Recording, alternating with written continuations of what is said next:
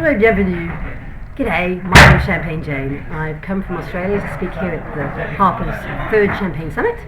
So this morning I was talking about how to put the sex, glamour and fizz back into champagne, and this afternoon I conducted Harper's first champagne social media masterclass.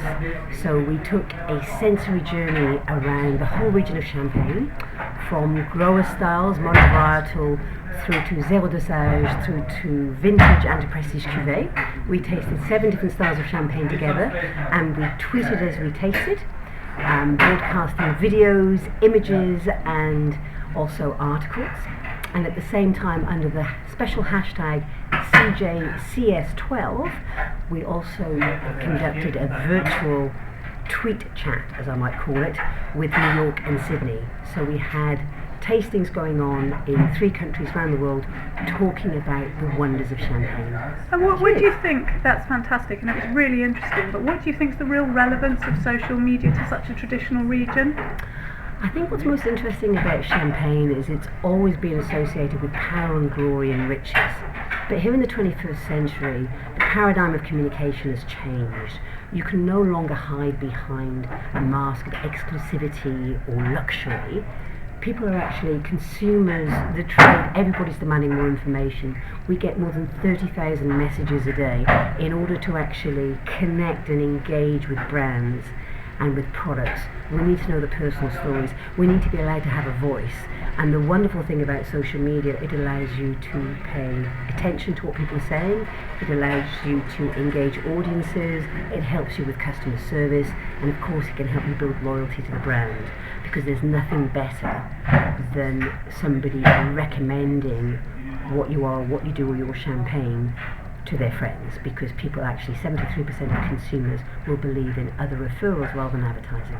And one of the audience members said that he could spend his whole life just focusing on social media. How do you think you incorporate it into a sort of just a general, let's say a small business with only 1 or 2 members of staff?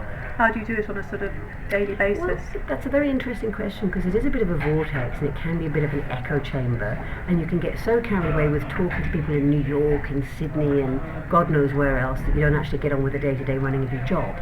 But when you think about it, how many of us are small businesses? I'm a solo entrepreneur myself. How many of us can afford to do PR and marketing or advertising? So the power of word of mouth, of referrals, is incredible, as long as you're authentic and engaged and considerate and you collaborate in what you say.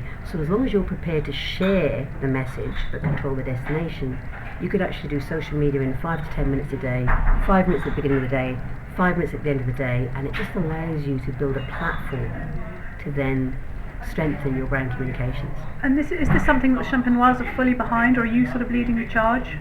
I think that the champagne industry is very much aware of what's happening out there on social media platforms, because the CIVC in the UK has been active on Twitter for more than a year now, and the CIVC in the US is also active. I have to say I haven't seen any activity from the Australian Bureau, and the new head of the CIVC, Thibault Lemayeux, who replaced Daniel Lawson in April of last year, he's actually got his own personal account, and it was only, I think it was either sometime in January this year, that Champagne launched its official Twitter account, but they haven't made a big noise, and they don't have a whole heap of followers right now. And I think, as always, when you're the bastion of the industry, you've kind of got to be a little bit conservative in your approach. So they're watching at the moment rather than participating. So somebody like you is sort of basically leading the way and kind of doing your own thing, and they will probably pick up on it. I think you could call it thought leadership, in the sense that leadership really is showing how you can add value to a community, as opposed to just espousing a particular doctrine. And with me, it's authentic because I'm a practitioner. I've been active in social media on behalf of clients, because I come from a media background since 2008. And so although I wouldn't call myself a digital media expert, I know exactly how to do it and what to do and how, because I've done Champagne Day, I created a hashtag and an online global event for this event, because Richard asked me to come and show the UK champagne industry how to engage online. And you are a champagne expert too? Yes.